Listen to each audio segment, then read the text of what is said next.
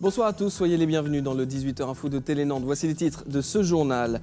Le lundi de Pentecôte est bien un jour férié, mais non chômé. Mais depuis 10 ans, les salariés sont de moins en moins nombreux à travailler pour ce jour de solidarité. Les handballeuses nantaises du NLA découvriront l'Europe la saison prochaine. Elles ont décroché leur billet en prenant le meilleur sur Nice au bout du suspense. Le résumé du match dans quelques instants. Enfin, nous prendrons la direction du Pool Ligue 1. Le tournoi international d'Ultimate Yes But No s'est achevé aujourd'hui après 3 jours de compétition sur la plage.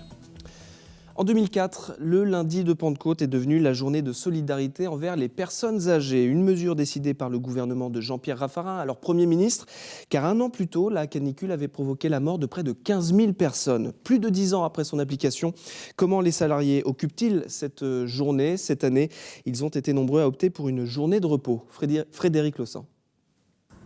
Un lundi comme un dimanche, des tramways au ralenti, un trafic routier très fluide et beaucoup de rideaux baissés chez les commerçants. Parmi les rares Nantais au travail, quelques restaurateurs. Dans la restauration, c'est pas forcément jour férié actuellement, mais enfin voilà, c'est un jour comme les autres quoi, de travail. D'après les estimations, 7 salariés sur 10 ont posé aujourd'hui une journée de congé ou de RTT. C'est le cas de ce travailleur indépendant. Il a troqué un jour de labeur contre un déjeuner en famille. C'est une journée de détente familiale où on en profite pour profiter de ce temps pour passer un peu de bons moments avec la famille. Voilà. Les écoles étant fermées, les enfants ont eux aussi déserté les salles de cours pour garnir les aires de jeu avec leurs parents. Les enfants n'avaient pas école, pas d'école, pas d'activité, pas de centre aéré. Du coup, voilà, j'ai posé une journée de congé pour être avec eux. Ça prolonge un peu le week-end, ça fait un week-end prolongé. Les magasins sont fermés, c'est tranquille en ville. Donc ça fait un peu comme un dimanche, ouais. Chômer ou travailler ce lundi au soleil doit permettre de récolter 2,5 milliards d'euros. Les recettes sont destinées aux personnes âgées et aux personnes handicapées. Après les tremblements de terre qui ont frappé le Népal, les artistes se sont mobilisés ce dimanche à la Cité des Congrès de Nantes. Un concert caritatif a réuni les groupes Trian et Excalibur notamment. Ils ont joué bénévolement. 1000 personnes ont assisté à la soirée et 30 000 euros ont ainsi été récoltés. Ils ont été entièrement reversés à l'association Celtic Népal. Sur place, elle vient en aide aux victimes de la catastrophe. C'est la fin d'une bataille judiciaire qui leur aura coûté plus de 2 années de leur vie. Demain, mardi, les parents de Jérémy Bélanger rentreront de Bolivie. Ils s'étaient rendus sur place pour s'assurer de l'incarcération du meurtrier de Fanny et Jérémy. Le jeune couple de Nort-sur-Erdre a été assassiné il y a bientôt 5 ans, en août 2010. Leurs corps n'ont jamais été retrouvés. Anne Judic.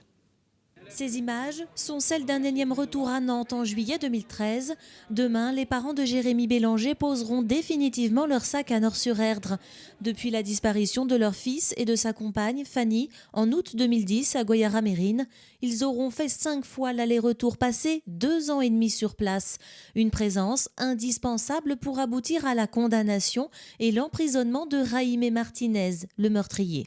Si nous n'avions pas été là, si nous n'avions pas poussé l'enquête, si nous n'avions pas fait tout ce que nous avons fait, l'enquête serait restée au point zéro et à l'heure actuelle, Jaime Martinez est peut-être encore en train d'assassiner des gens. La procédure judiciaire, lourde de nombreux rebondissements, n'a toutefois pas permis la condamnation d'éventuels complices et les familles ne peuvent toujours pas faire leur deuil. Maintenant, même si l'assassin est en prison de haute sécurité pour 25 ans encore, il nous reste le gros problème que nous n'avons jamais retrouvé les corps. Pour aider à les retrouver, les parents promettent une récompense de 20 000 $ et espèrent que les langues se délient enfin, le double meurtrier étant désormais en prison, loin des lieux du crime. La ville de Nantes est-elle en Bretagne? Je vous laisse trancher ce débat sulfureux avec vos proches. En tout cas, la fête de la Bretagne, c'est en ce moment et Nantes y participe. Ce dimanche, une grande tablée bretonne a été organisée place de la Petite Hollande. C'est un reportage d'Anne Judic.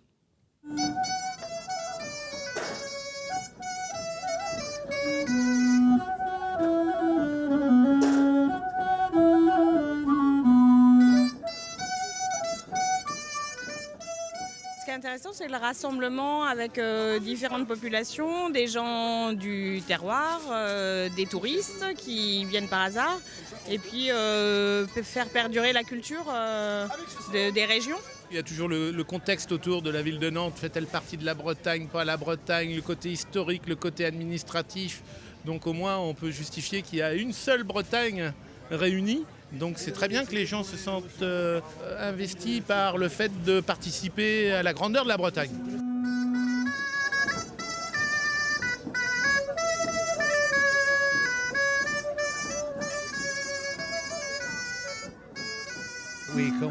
Nous venons d'Angleterre. Nous devrions tous soutenir l'économie locale et notamment les gens du coin qui produisent toutes ces bonnes choses.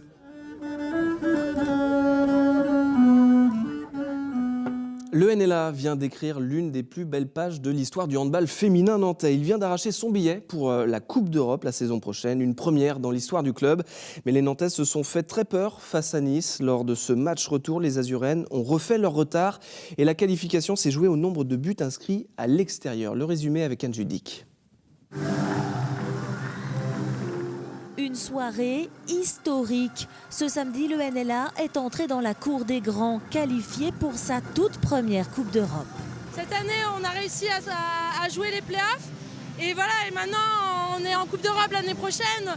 On gravit les étapes une par une et c'est vraiment génial.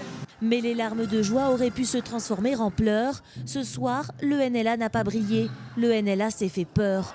À 5 minutes de la fin, les Nantaises sont menées 17-26. Pour décrocher la qualification, les filles ne peuvent s'autoriser que -8. Le public a retenu son souffle. Ça a été jusqu'au bout du plaisir. On a senti un petit courant d'air même à un moment donné, mais bon, le match s'est pas emballé. Ce match-là, il ne se jouait pas à 60 minutes, il se jouait à 120. On a joué avec nos nerfs aussi, pas qu'avec le vôtre. On a vraiment joué à se faire peur ce soir. Je pensais qu'on allait maîtriser le match, qu'on allait jouer sans pression. Et au final, voilà, ça montre qu'on est une équipe encore jeune et que voilà, ça a été compliqué. Mais on est très heureuse, ça s'est vraiment joué au fil. Ça s'est joué à un arrêt. À 4 secondes de la fin, la deuxième gardienne de la soirée stoppe le dernier ballon des Niçoises. Une Mélanie Gélo exceptionnelle, aussi efficace que Cléopâtre Darleux, la gardienne de Nice et de l'équipe de France. Mélanie salue d'abord le travail de ses partenaires. Elles m'ont soutenu aussi de leur côté et c'est vraiment grâce à elles si je peux faire ça. Après, c'est vraiment génial, c'est un peu inédit, donc je suis super heureuse pour tout le monde, pour moi aussi, pour l'équipe en règle générale, pour l'Europe l'année prochaine, c'est génial. Remontée à bloc pour la saison prochaine, le NLA devra se passer de son héroïne de la soirée. Mélanie Gélo quitte l'équipe pour rejoindre Celles-sur-Belle.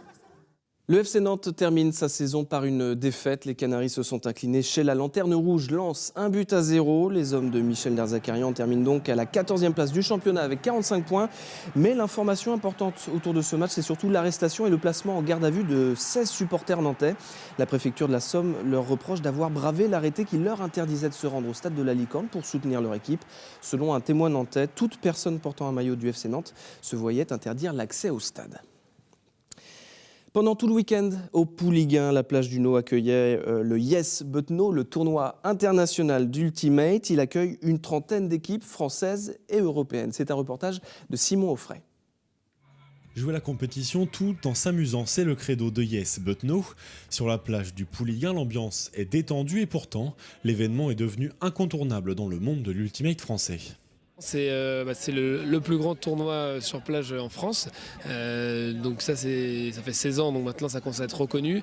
Et effectivement, ça inaugure en fait la saison sur plage qui commence en juin. Il y a 2 phases de championnat, donc ça permet aux équipes de se chauffer, à certains aussi de jouer avec leurs copains, tout ça, de vraiment passer un bon moment et puis de continuer à jouer à l'Ultimate et puis se préparer pour les championnats à venir.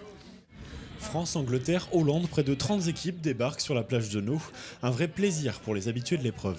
Le tournoi du Yes But No, c'est un petit moment de l'année qu'on attend tous, quoi, parce que on fait plus beaucoup de tournois sur plage et là, on a une des plus belles plages pour jouer à l'Ultimate, quoi, un sable doux. Voilà, c'est une plage qui est vraiment exceptionnelle.